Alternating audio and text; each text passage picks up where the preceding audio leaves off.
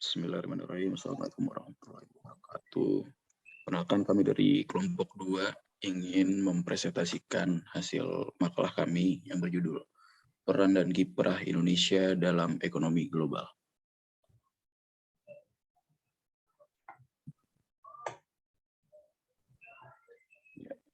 Sebelum dilanjut, perkenankan saya untuk memperkenalkan teman-teman saya.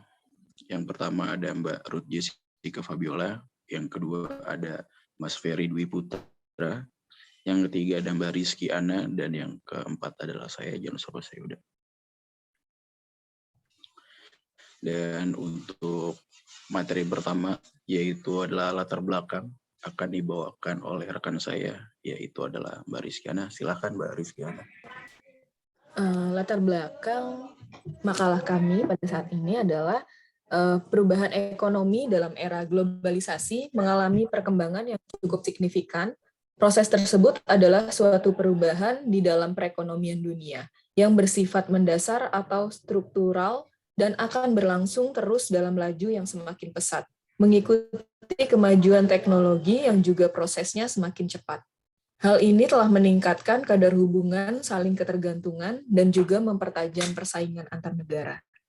Tidak hanya di dalam perdagangan internasional, tetapi juga dalam kegiatan investasi, finansial, dan produksi. Dalam kondisi ketidakpastian perekonomian global serta gejolak politik yang belum surut dan melanda beberapa kawasan, ASEAN kini menjadi perhatian bagi dunia sebagai kawasan yang strategis.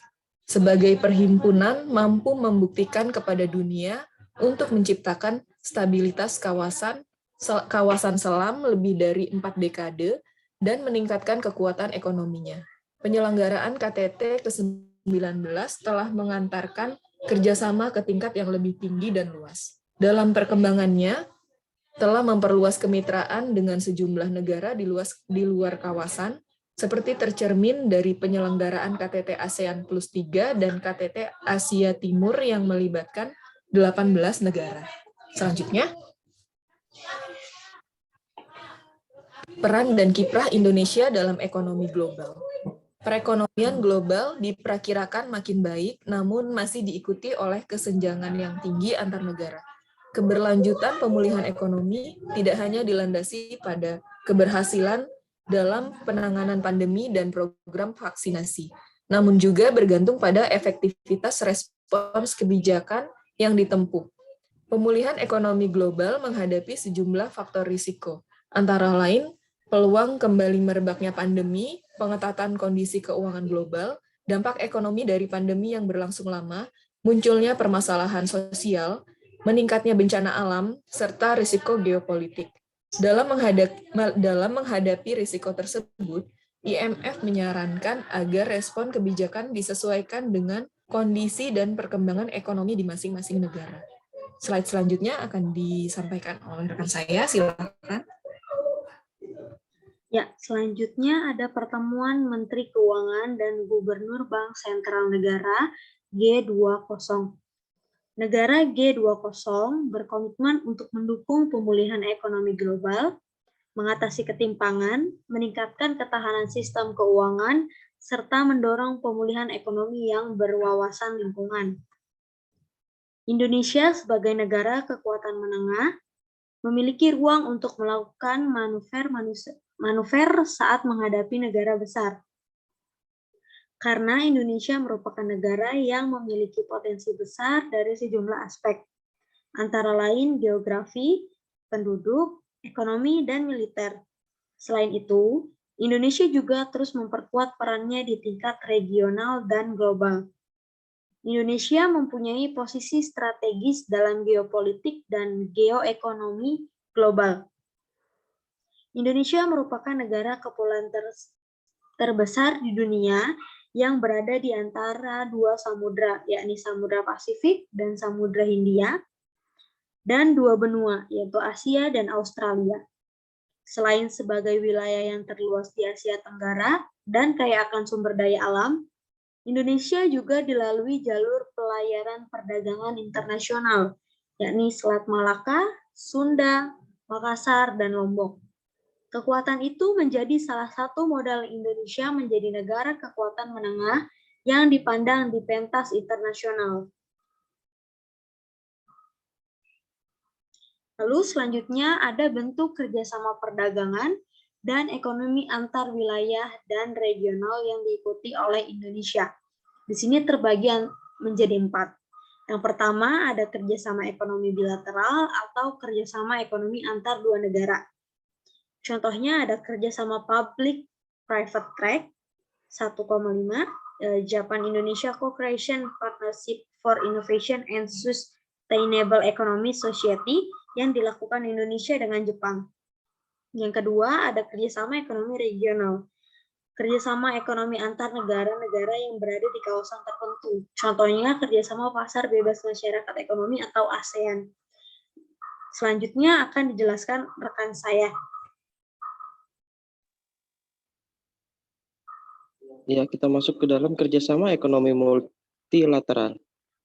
Kerjasama ekonomi yang melibatkan banyak negara tanpa terikat oleh batas wilayah tertentu.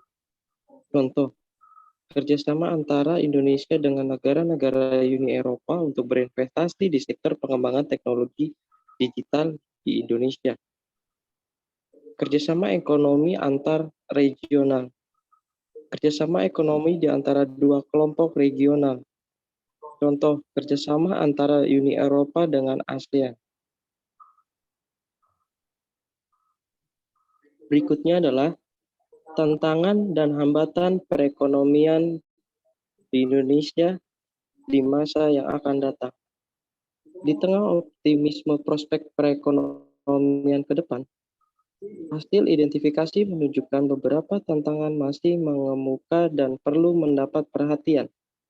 Identifikasi berbagai tantangan tersebut menjadi penting dalam mendukung perumusan kebijakan.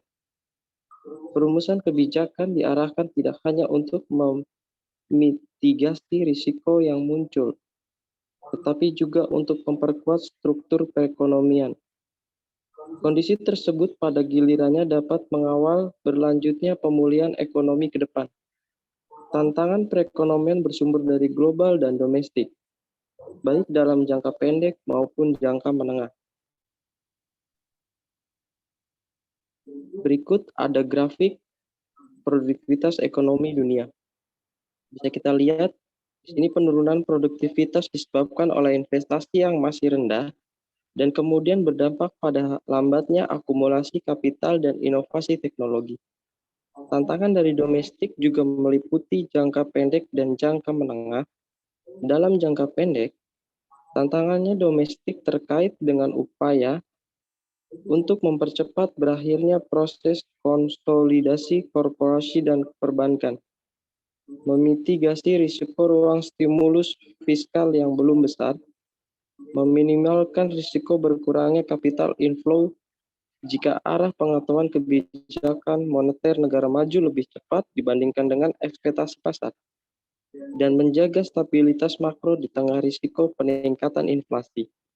Risiko berlanjutnya periode konsolidasi korporasi dan perbankan dapat menekan pertumbuhan ekonomi karena menghambat potensi ekspansi usaha. Kesimpulannya akan dibacakan oleh Mas Jani. Ya, terima kasih Mas Ferry. Ya, itu adalah pemaparan makalah kami dari kelompok 2, sehingga bisa kami ambil kesimpulan bahwa perdagangan internasional merupakan suatu perdagangan yang dilakukan antar beberapa negara atas dasar kesepakatan bersama dalam hal menjalin relasi atau hubungan yang mampu membangun bersama dalam hal yang positif. Salah satu contohnya yaitu negara Indonesia yang menjalankan kerjasama internasional ke beberapa negara di dunia. Dalam hal ini, Indonesia sangatlah berperan besar dalam melakukan ekspansi atau perdagangan internasional di berbagai bidang seperti ekonomi. Karena pada dasarnya sendiri, Indonesia merupakan negara dengan kekayaan sumber daya alam yang bermacam-macam yang dapat dimanfaatkan oleh negara lain. Maka dari itu, Indonesia memiliki peran yang sangat penting dalam perdagangan internasional.